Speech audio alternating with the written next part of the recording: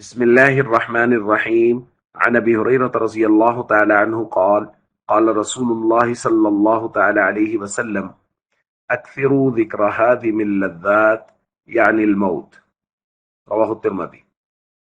نبی کریم صلی اللہ علیہ وسلم نے ارشاد فرمایا، لذتوں کو توڑنے والی چیز یعنی موت کو کثرت سے یاد کیا کرو۔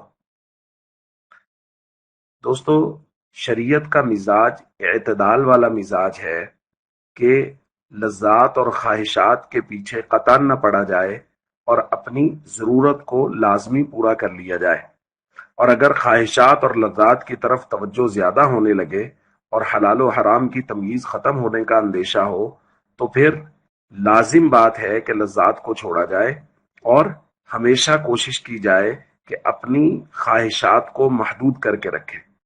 اب خواہشات کو محدود کرنے کا نسخہ اور طریقہ کیا ہے، وہ نبی کریم صلی اللہ علیہ وسلم نے اس روایت میں بیان فرمایا کہ جو چیز خواہشات اور لذات کو توڑتی ہے اس کو یاد کریں، اور وہ کیا ہے؟ وہ موت ہے۔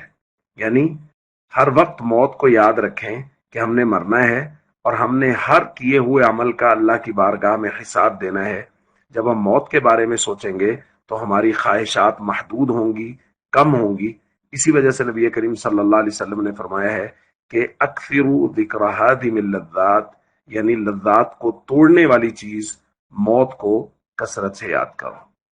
السلام علیکم ورحمۃ اللہ وبرکاتہ۔